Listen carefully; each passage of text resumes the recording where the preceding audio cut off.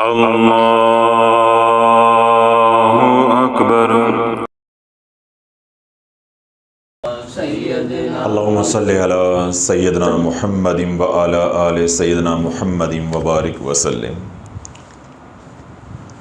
अगला सवाल ये है, क्या बैठकर नमाज पढ़ना जायज़ है? ये बज़ाहिर अमूमी सा सवाल है, छोटा सा और आसान सा सवाल है, लेकिन उम्मत का 90% से ज़्यादा तबका गलती का मुर्तकब हो रहा है। क्यों? आज से सिर्फ 20-25 साल पहले बैठ के नमाज पढ़ने का तसव्वुर महाल था। सिर्फ 25 साल पहले इल्ला कलील कोई मरीज़ होता था, किसी का हादसा हो गया, कोई फालज का मरीज़ है या कोई ऐसा और मसला किसी के साथ है, तो कोई किसी के घर में ऐसा मरीज़ होता था या कोई करीबी कोई मस्जिद है तो उसमें कोई बुज़ुर्ग होते थे तो वो पीढ़ी पे बैठ के जो है वो नमाज़ पढ़ रहे होते थे। उस वक्त ये कुर्सियाँ तो होती नहीं थी, पीढ़ी होती थी, तो उस पे बैठ के, या कोई वो ले आते थे, स्टूल ले आते थे, तो लकड़ का स्टूल होता था तो उस पे बैठ के वो नमाज पढ़ते थे। या हमने देखा बचपन में एक आध बुज़ुर्गों को नमाज मस्जिद में पढ़ते हुए कि वो मस्जिद की पहली सफ़ के आखिर में वो चारजाना होकर बैठ के नमाज पढ़ते थे, पूरी मस्जिद में एक, और पूरी मस्जिद को मालूम होता था कि ये उनकी जगह है। और आज कोई घर ऐसा नहीं है जिस घर में कोई बैठ के नमाज पढ़ने वाला ना हो। क़यामत पे क़यामत तो ये है, 2003-4 के अंदर मैं जब उम्रे पे गया तो हरमे पाक के अंदर व्हील चेयर नहीं मिलती थी। ये जो आज लोग कुर्सियां पकड़ के फिर रहे होते हैं, ये तो बड़ी दूर की बात है, व्हील चेयर नहीं मिलती थी। मैं अपने वालिद साहब के लिए व्हील चेयर लेकर ना गया, तो वहाँ जाके मैंने देखा कि उनसे ना चला फिरा नहीं जा रहा, ना मुश्किल हो रही उन्हें। तो मैंने फिर वहाँ से मालूमात ली, उन्होंने मुझे बताया जी आप पासपोर्ट जमा करवा के तो बाबे अब्दुल अजीज़ में उनका दफ्तर है, तो वहाँ जाके आप व्हील चेयर ले सकते हैं। जब मैं वहाँ गया तो एक व्हील चेयर के लिए मुझे इतने पापड़ बेलने पड़े। फिर बाद में मुझे हाजियों ने बताया कि आप मदीना पाक जा रहे हैं तो व्हील चेयर साथ लेकर जाएं, वहाँ ज़्यादा इससे भी तंगी होगी या फिर आपको अपनी ख़रीदनी पड़ेगी, इससे भी तंगी होगी, तो बेहतर है कि यही व्हील चेयर जो है ना मदीना पाक ले जाएँ। तो जब आप उम्रा मुकम्मल कर लें तो यहाँ जमा करवा दीजिएगा। एक दफ़ा आपने व्हील चेयर जमा करवा दी तो दोबारा व्हील चेयर इशू करवाना बड़ा मुश्किल हो जाएगा। ये 2003, 4, 5 में ये हालात थे, 5, 6, 7 तक भी ये हालात थे। अब अल्लाह वालों, व्हील चेयर रखने की जगह नहीं है। जहां हजारों लोग हरम में खड़े होकर नमाज पढ़ सकते हैं, वहां हजारों व्हील चेयर ने जगह घेरी हुई है। जहां लोग एक सजदा करने के लिए तरसते मुझे जगह मिल जाए, वहां व्हील चेयर होना। मैं क्योंकि जब हज पे हूँ तो मैं पैदल हज करना होता है, तो एहराम बांध के जब हरम में आते हैं तो हाजी तो उस वक्त जा चुके होते हैं मिना में रात को। तो हमने क्योंकि सफ़र शुरू करना होता है हरम पाक से, वहाँ नवाफिल पढ़ के फजर की नमाज़ वहाँ अदा की। तो उसका क्या है कि उस वक्त क्योंकि हुजाज की तादाद यानी रश कम हो चुका होता है, क्योंकि ज़्यादा हाजी जो मिना रात को जा चुका होता है, तो ज़्यादातर लोग होते हैं मिस्री, अरबी लोग जो है ज़्यादा, या इंडोनेशिया के लोग होते हैं, नेपाल के लोग होते हैं, इस तरह मलेशिया के लोग होते हैं। बकिया जो यहाँ के लोग हैं, बांग्लादेश है, पाकिस्तान है, हिंदुस्तान है, अफ़गानिस्तान है, ईरान है, ये सब लोग रात को चले जाते हैं या अपने अपने होटलों से अगले दिन चले जाएंगे। ये मीना हरम में नहीं होते। अल्लाह बोलो इतनी कुर्सी है अब कि बाकायदा मस्जिद हराम में और मस्जिद नबवी शरीफ में यानी हरमैन शरीफैन में कुर्सियों के स्टैंड बन गए हैं, यानी रैक्स बन गए हैं, उनके अंदर कुर्सियां लगी हैं।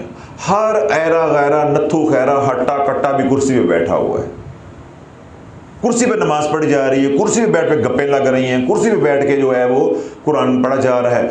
कोई रोज़ा रसूल का अदब नहीं है, कोई कवातुल्लाह का अदब नहीं है। तो एक अब रवाज बन गया हुआ है।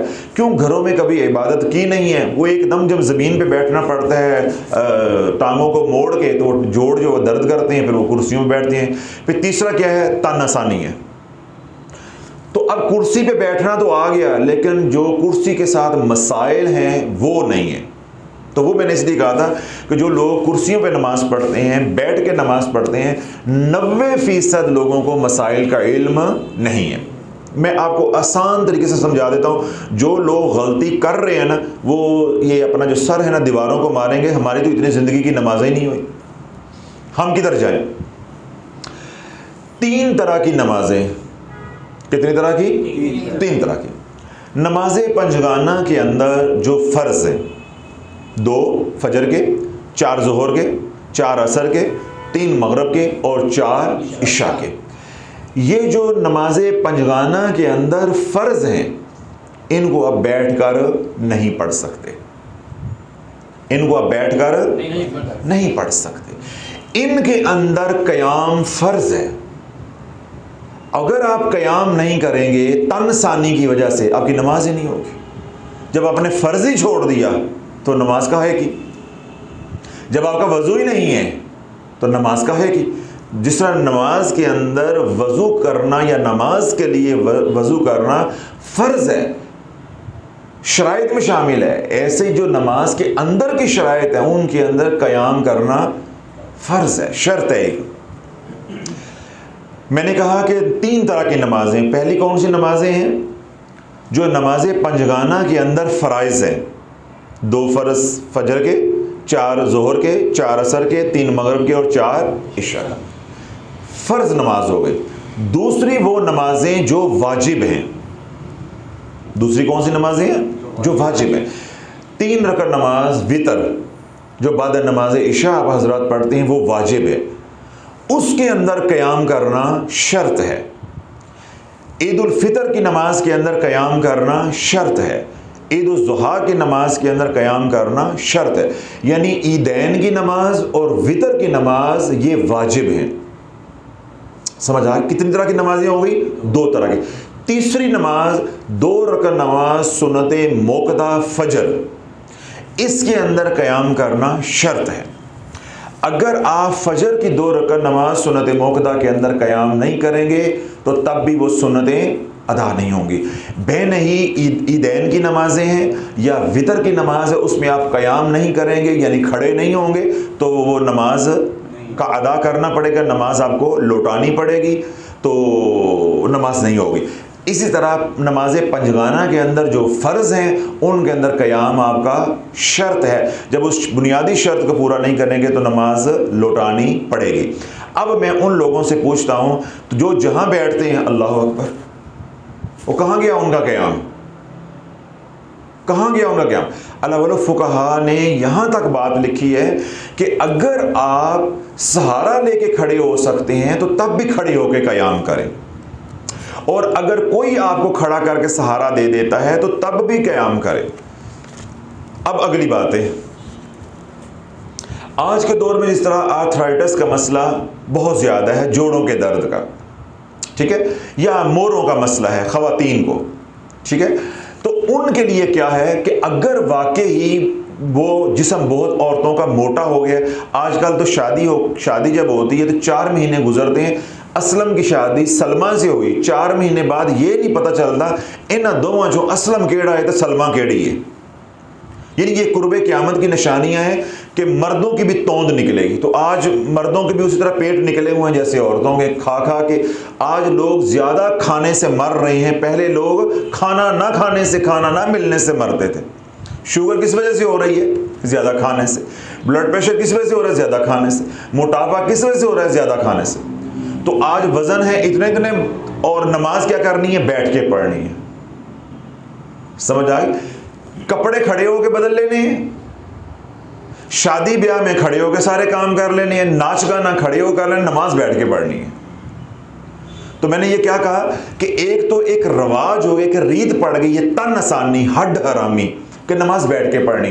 फिर ऊपर से जो नमाज बैठ के पढ़ने वाले हैं उनको बुनियादी मसाइल का इल्म नहीं है। तो इसलिए मैंने कहा था कि जब मैं पूरी बात करूंगा, जो लोग मेरा बयान सुनेंगे इंशाल्लाह ये टकरे मार मार के सर फोड़ेंगे कि हमारी तो इतनी ज़िंदगी की नमाजें नहीं। जब तक आप शरई मजूर नहीं है, क़याम फ़र्ज़ है, यानी आप फालज की हालत में उठ ही नहीं सकते।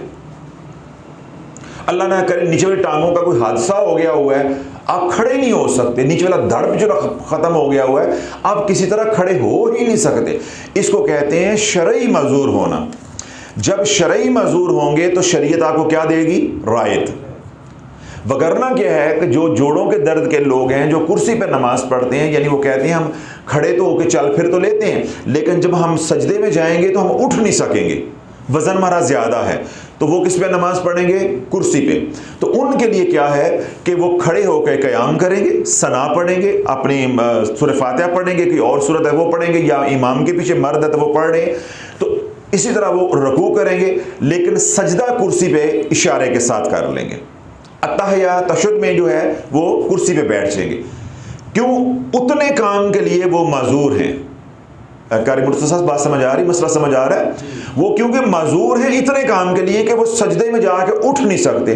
औरतें जिस्म भारी है, सजदे में जाके उठ नहीं सकती, तो वैसे तो हिरनी की तरह भागी फिर रही हैं, तो उनके लिए उतनी माजूरी है, जितनी माजूरी है उतनी रायत है। तो एक आदमी है वो बिल्कुल उठ बैठ नहीं सकता, उसको वजू कोई करवाता है, तो वो मुकम्मल शरई माजूर है। उसके लिए है कि वो जो भी उसको वजू करवाता है वो करवाए, और वो किबला रुख होके बैठ के चारपाई पे, कुर्सी पे, बेंच पे, पलंग पे, जो भी कोई उसको सहूलत है बैठने की, उस पर वो बैठ के नमाज बिला कराहत पढ़ सकता है। लेकिन वो लोग जो आम जिंदगी में चल फिर लेते हैं, वॉशरूम चले जाते हैं, खा पी रहे हैं, वजू करते हैं, सफ़र करते हैं, गाड़ियों में मज़े लूटते हैं, नमाज क्या है? बैठ के करनी है कि मेरे जोड़ों में दर्द है। तो वो अगर वाकई आर्थराइटिस के मरीज़ हैं, डॉक्टर ने मना किया हुआ है, या मोटापा इतना है कि बैठ के उठ नहीं सकते, उठना मुश्किल होता है, तो उनके लिए मैंने क्या कहा है कि बकिया अरकान के अंदर, मनासिक के अंदर वो माजूर है, उसकी रायत मिलेगी। क़याम के अंदर उनको रायत नहीं मिलेगी। वो खड़े होकर नमाज फ़र्ज या फजर की पढ़ने लगे हैं, तो वो क्या कहेंगे? 2 रकात नमाज फ़र्ज, फजर, अल्लाह अकबर। अब ये सना पढ़ेंगे, अपने क़याम का सारा तिलावत वगैरह मुकम्मल करेंगे, रुकू करेंगे, उसके बाद कुर्सी पे बैठ जाएंगे, फिर सजदा और तशहुद जो है वो उधर करेंगे, अपनी नमाज मुकम्मल करेंगे इस तरीके से साथ, पहली रकत भी और दूसरी रकत भी है।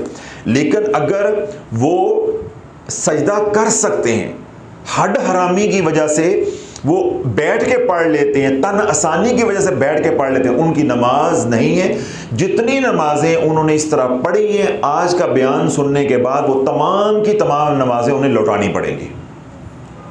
यानी आज मेरा बयान सुन लिया, अब उनको मसला मालूम हो गया, हुज्जत तमाम हो गई। जितनी नमाजें सुस्ती की वजह से पढ़ी हैं, बिलखसूस मैं ख़वातीन से कह रहा हूँ, 90% ख़वातीन घर में बैठ के नमाज पढ़ती, जबकि वो शरई माजूर हरगिज़ नहीं है। शरई माजूर हरगिज़ नहीं है। बाज़ारों में देखें, उड्डी जावा हवा दे नाल भागी जा रही होती हैं, सारे काम हो रहे हैं, नमाज क्या करनी है? बैठ के पढ़नी। तो उन ख़वातीन से मैं कहूँगा तो मरने से पहले तौबा कर लो। आज ये मसला समझ लिया है, सुन लिया है, तो अपनी नमाज़ों को लुटाओ जो बैठ के पढ़ी हैं, लाइल्मी, उस पर तौबा इस्तग़फ़ार भी करो, अल्लाह से माफ़ी भी मांगो अपनी लाइल्मी की वजह से, और उन नमाज़ों को लुटाओ भी है। और आइंदा मोटा सा मैंने असूल बता दिया, जितने आप माजूर हैं उतनी आपको रायत है। बैठ के उठ नहीं सकते तो बस क्या है? उतनी रायत है। खड़े खड़े आप कर सकते। हाँ, इस तरह यह है कि नमाज में दूसरी रकत में इमाम उठा, तो अब आपने क्योंकि बैठ के कुर्सी पे नमाज पढ़े, तो जब इमाम क़याम में जाएगा तो आप कुर्सी से दोबारा खड़े हो जाएंगे। तो एक आदमी से मैंने कहा वो है ही फालज का मरीज़ है, या बहुत ज़्यादा मोटापा है, या कोई और मोरों का मसला है, कोई और ऐसी तकलीफ़ उसको है कि वो बेचारा सारी ज़िंदगी डेथ बेड पे पड़ा हुआ है, तो वो मुकम्मल शरई मजूर है, उसकी हम बात नहीं कर रहे। हम 90% हड हराम लोगों की बात कर रहे हैं, और उन बेशर्म और लाइल्म डॉक्टरों की बात कर रहे हैं, बेअमल डॉक्टरों की बात कर रहे हैं, जो ज़रा सा भी मरीज़ जाता है मेरे जोड़ों में दर्द है, उसको कहते हैं कमोड इस्तेमाल करो। क्या करो? कमोड इस्तेमाल करो। इतनी सी बात होती है, कमोड इस्तेमाल करो। जिस तरह आजकल एक रवाज बन चुका हुआ है कि आज अगर आपका प्रेगनेंसी टेस्ट, आपकी अहलिया का वो आ गया मुस्बत, आप गायनेकोलॉजिस्ट के पास गए, वो नो नो नो नो, ज़मीन पे पाँव नहीं रखना, ज़मीन पे पाँव रखना, बेड रेस्ट। अब वो जो बच्ची ब्याह के बहू बनकर आज आई है, उसने पहले 2 महीने वैसे क्या किया है? काम नहीं करना, वो एक रस्म हिंदुओं की हमारे यहाँ कि काम नहीं करना, सिर्फ खाना है। 2 महीने उसने महीना वो बैठ कर खाया, उसके बाद वो फैमिली वे पे आ गई। बाद में डॉक्टर ने कह दिया 9 महीने पैर थल्ले नहीं लाना, पैर थल्ले नहीं लाना।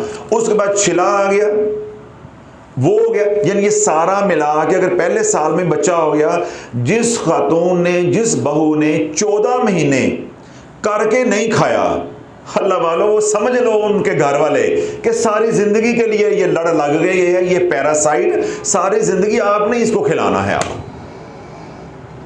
हमने कोरोना के दौरान छुट्टियां की 3 महीने, पौने 3 महीने। हम मर्द होके जब क्लिनिक दोबारा जाना पड़ा, कमा के खाना पड़ा, हमें मौत नजर आती थी, हमें मौत नजर आती थी। जुमे की छुट्टी होती है, हफ्ते भर दिन काम पे जाना पड़ता है, लेबर को पूछो कितना मुश्किल होता है। तो जिस औरत ने 14 महीने बेड पे बैठ के खाया है और रंगबाजियां करके, ड्रामे करके, सास को, बाकी रिश्तेदारों को जलील करके रखा है कि नहीं मेरी प्रेगनेंसी, मुझे अबॉर्शन हो जाएगी, मुझे अबॉर्शन हो जाएगी, हमारा पहला बच्चा है। 14 महीने नखरे दिखाए हैं, वो अपने हाथ जलाती है। जिसने किसी को जलाया है 14 महीने, वो अपने हाथ जलाती है उनके लिए। तो गल तलाक से जाके खत्म होनी है या वक्त से खत्म होनी है, या उसने कहना है मुझे अलहदा करो, क्यों, ये दुम छल्ला तो मेरे पास है, बाजार से मंगवा लूंगी। तो जॉइंट फैमिली में बाजार से नहीं आता, तो या बात तलाक के जा पे खत्म होनी।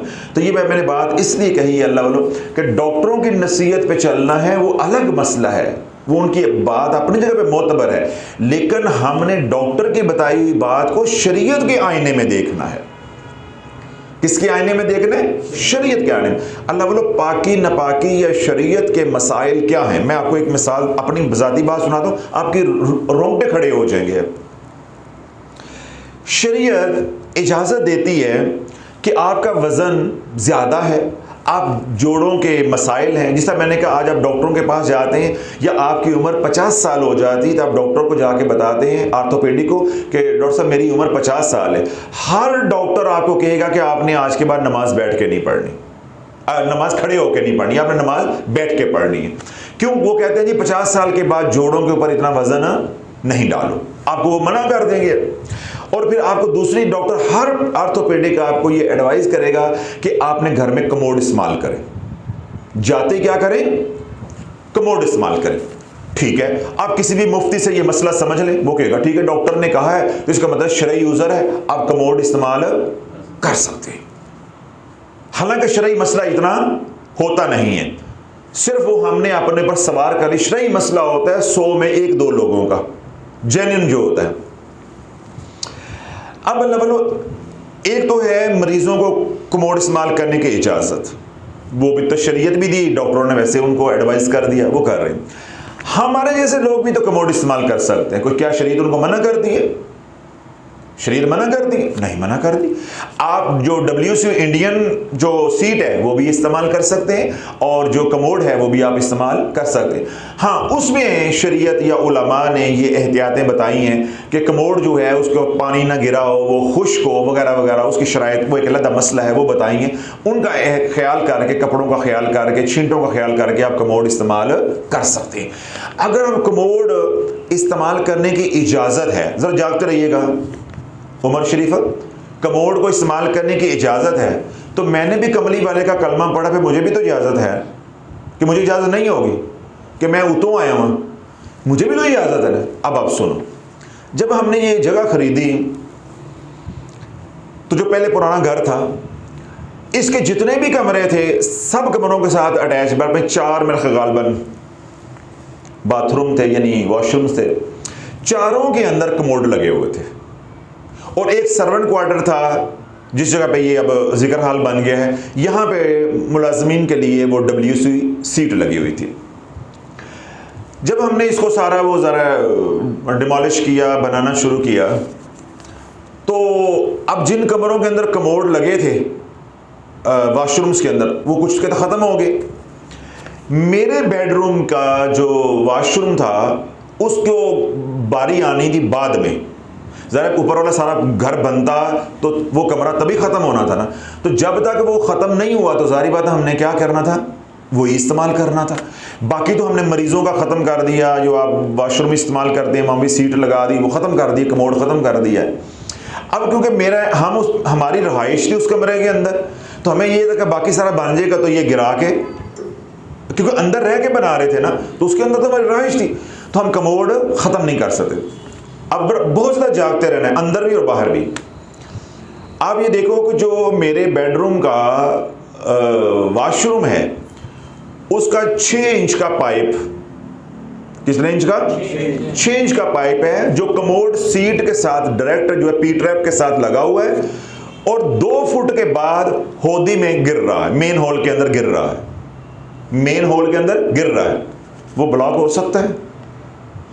यानी ये सोशल मीडिया पे भी मैंने बात अब सुना दी है, सिर्फ इसकी गहराई को समझाने के लिए। यानी बंदे की अकल में नहीं आ सकता कि ये कमोड कैसे ब्लॉक हो सकता है। अब इधर जो है मिस्त्री लगे हुए हैं, काम हो रहा है, उधर कमोड जो है वो ब्लॉक हो गया। और जितनी देर कमोड का इस्तेमाल रहा है, मेरी ज़िंदगी अजीर रही है 6-7 महीने। यानी जब भी मैंने जाना है मैंने नहाना है, जब भी मैंने जाना है मैंने नहाना है, क्योंकि मैं इस तरह की मेरी आदत नहीं है इस्तेमाल करने की। हालांकि हम 2 मियाँ बीवी थे, उसमें बच्चे तो थे नहीं, तो जो बच्चे थे, हम बेटी थी तो वो छोटी थी, तो यानी ना होने वाले हिसाब हो गए ना, वो बच्चा तो कमोड नहीं इस्तेमाल कर रहा ना, तो हम 2 मियाँ बीवी कमोड इस्तेमाल करते। इसके बावजूद कमोड ड्राई भी होता था, खुश्क भी होता था, मेरा दिल नहीं मुतमईन होता था। मैंने जब भी बैतुल खला जाना है वजू के लिए, जिसके लिए कमोड अगर इस्तेमाल किया तो मैंने नहाना है, तो मेरे लिए तो ज़िंदगी अजाब बनी हुई थी। अब सर्दी गर्मी में कैसे आप 2-4 दफ़ा नहा सकते हैं? अल्लाह का निज़ाम ऐसे चला, कमोड हो गया ब्लॉक। पहले अपने लोगों ने ट्राइयाँ मारी, सलाखें सलूखें मारी, किया कुआ, कुछ नहीं हो रहा, समझ नहीं आ रही। फिर उन्होंने जाके बाहर सर्विस लाइन पे मेन होल का जो वो ढक्कन है, होदी जो है, उसका ढक्कन उठा दिया, उधर से सलाखें मार रहे हैं, कह रहे हैं जी सलाख अंदर भी जा रही है, तो पानी क्यों नहीं आ रहा? कमोड जो है पानी से भरा हुआ है, पानी ड्रेन नहीं हो रहा, समझ नहीं आ रहा। वो अब रात का ब्लॉक हुआ है, अगले दिन तक, अब रात को कई बार इंसान को ज़रूरत पड़ जाती है, तो बड़ी मसला। उस वक्त दूसरे अभी कोई वॉशरूम तैयार भी नहीं हुआ था, वो एक ही वॉशरूम था हमारे पास, बड़ी परेशानी बन गई। अगले दिन सुबह सुबह जो गटर साफ़ करने वाले लोग होते हैं, स्पेशलिस्ट जो इनके होते हैं, उनको लेकर आए। अल्लाह सोने का निज़ाम है कि वो बंदा जो आया तो उसके चेहरे के ऊपर सुन्नत रसूल थी, छोटा सा कद, और उसके चेहरे के ऊपर एक अजीब नूर था। मैंने जब देखा उनको तो मैं बड़ा परेशान हुआ। मैंने कहा ये मुसलमान हैं और ये तो अल्लाह करने वाली रूह है, ये किस काम लगी हुई है? तो मुझे रो के कहने लगा, जब डॉक्टर साहब ज़रिया रोज़गार कोई ना हो तो क्या करें, फिर ये काम करें। मैंने उसके लिए बड़ी दुआ की कि अल्लाह रब्बुल इज़्ज़त उनको कोई ज़रिया रोज़गार जो है, तैयब रिस्क जो वो अता फरमाए और आसानी वाला रिस्क अता फरमाए, कि वो मुसलमान हो के ये काम कर रहे हैं, और बहुत सी कौमें हैं ये काम करने के लिए। तो खैर उन्होंने जब गटर साफ किया, उस सलाख मारते रहे, फिर उनके पास लकड़ियाँ होती हैं बांस की, वो उन्होंने मारी। वो कहे जी मैं इधर से गुजारता हूँ, उधर चली जाती है, आगे समझ नहीं आ रही ये पाइप जाता किधर को है। मैंने कहा जी मुझे तो पता नहीं है, हमने तो बना बनाया लिया घर, हमें क्या पता किधर जाता है, ये तो आप ही करो। खैर अब शाम हो गई, उसने पैसे लिए, वो चला गया। उसने कहा जी जितना मेरा काम था मैंने साफ़ कर दिया, आगे गटर की लाइन तोड़ाएं तो पता चलेगा ये पानी क्यों रुका हुआ। कहानी समझ आई? लग रहा है ना कि मैं कोई जसूसी नावल आपको सुना रहा हूँ। कोई कहानी का सिरा नजर आया? कोई सर पैर आपको अभी तक मेरी बात का समझ नहीं है, मुझे भी नहीं आया था। आखिर शाम को मैंने ना इमरान को बुलाया, मैंने कहा हथौड़ा लेकर आ। कहता क्या करना है? मैं कहा सीट को तोड़ो। तो मुझे वो कहता है मेरे मुंह की तरफ देखे, मैंने कहा बंदे खुदा के ये सीट इस्तेमाल तो कर, हम सपा नहीं रहे, 2 दिन हो गए मुसीबत के अंदर आए हुए हैं, तो इसको सीट को तोड़ देना। उसने 2 थोड़े मारे, कमोड टूट गया, उधर से गटर भी खुल गया। अब अल्लाह वालों, जो मेन होल को जो पाइप जा रहा था 6 इंच का, उसमें इतना मोटा एक रोड़ा था।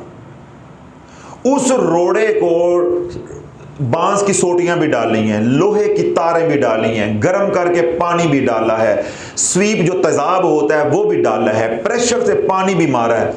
वो रोड़ा इतना सा है, वो 6 इंच के पाइप के अंदर ये रोड़ा तो ठहर ही नहीं सकता, और अगर रुका भी रहे तो वो पानी नहीं रोक सकता 100%। तो पानी ऐसे रुका हुआ था जैसे किसी ने कपड़े के साथ या आगे कोई सीमेंट लगा के बिल्कुल ब्लॉक कर दिया हुआ है। तो रोड़ा तो पड़ा रहता, पानी गुजरता रहता। जब वो सीट टूट गई तो बाद में उसने वो जो तार होती है वो मारी, वो इतना सा रोड़ा था वो गटर के अंदर गिर गया, अब पानी दबा दबा जा रहा है। तो मैंने कहा अल्लाह वाले बात ये नहीं थी, मेरे कमली वाले को मेरे ये वज़ू करना, यहाँ बैठना पसंद नहीं था। तो करता जिक्र अज़कार है, लोगों को तस्बीहात पे लगाता है कि तेरी तहारत के अंदर जो फ़र्क आता है, सीट टूटेगी तो WC लगवाएगा, खुद भी जलील हो रहा है, दिन में 4-4 दफ़ा नहा रहा है, 5-5 दफ़ा नहा रहा है, तो इससे बेहतर है इसको तोड़ा तो लगा। फिर मैंने उस वक्त बुलाया मिस्त्री को, WC सीट जो लगाई। अल्लाह वाले ये जो मैंने सारी बात सुनाई है ये है तकवा। रूहानियत के अंदर क्या चलेगा? तकवा। बाकी फतवा है शरीयत के अंदर, उसके मुताबिक क्या है कि आप बैठ के सर नमाज पढ़नी है पढ़ सकते हैं, कमोड है वो इस्तेमाल कर सकते हैं। लेकिन जो मैंने सारी बात तफसील के साथ की है कि जब तक आप शरई माजूर नहीं है, फिर जितने माजूर हैं उतनी रायत है। अगर सरतपा माजूर है यानी मुकम्मल माजूर है, फिर आप मुकम्मल बैठ के नमाज पढ़ सकते हैं। अगर आम जिंदगी में आप चलते फिरते हैं तो फिर आपको हर हाल में क़याम करना पड़ेगा। और बात मैंने बुनियादी क्या समझाई है कि 3 तरह की नमाजें, 5 नमाजों के अंदर जो फ़र्ज़ हैं उनके अंदर क़याम करना भी शर्त है। क़याम नहीं करेंगे नमाज नहीं होगी। वाजिब जो नमाजें हैं, वितर की नमाज है, ईद उल फितर की नमाज है, ईद उल ज़ुहा की नमाज है, क़याम नहीं करेंगे नमाज नहीं होगी। फजर की जो 2 रकअत नमाज सुन्नतें मौक़दा हैं उनमें अगर आप क़याम नहीं करेंगे वो सुन्नतें भी नहीं होंगी। इसके अलावा बकिया जितनी भी सुन्नतें मौक़दा हैं, सुन्नतें गैर मौक़दा हैं, नवाफल हैं, उन तमाम नमाजों को आप बैठकर पढ़ सकते हैं अगर कोई थकावट हो, कोई मजबूरी हो। लेकिन उसमें क्या होगा कि सवाब में कमियाँ आ सके। जिससे बाज़ अहादीस मुबारक के अंदर आता है कि सवाब जो है वो निस्फ हो जाएगा, लेकिन नमाज हो जाएगी। ये जो मैंने 3 आपको बताई हैं ये तीनों तो नमाजें नहीं होंगी। इसलिए मैंने अर्ज़ किया है कि जिन लोगों ने ये बयान नहीं सुना था, यह मसला नहीं सुना था, आज मसला सुन लिया, तो जो वो हड हरामी की वजह से, तन आसानी की वजह से, लाइल्मी की वजह से बैठ कर नमाज पढ़ते रहे हैं, जो नमाजें उन्होंने बैठ कर पढ़ी हैं उन नमाज़ों को गिन के उन नमाज़ों को लुटाएँ और अल्लाह से अपने गुनाहों की या गलती की जो है वो तौबा भी करें, इस्तग़फ़ार भी करें। अल्लाह रब्बुल इज़्ज़त मुझे भी आपको समझ की तौफ़ीक़ अता फ़रमाए।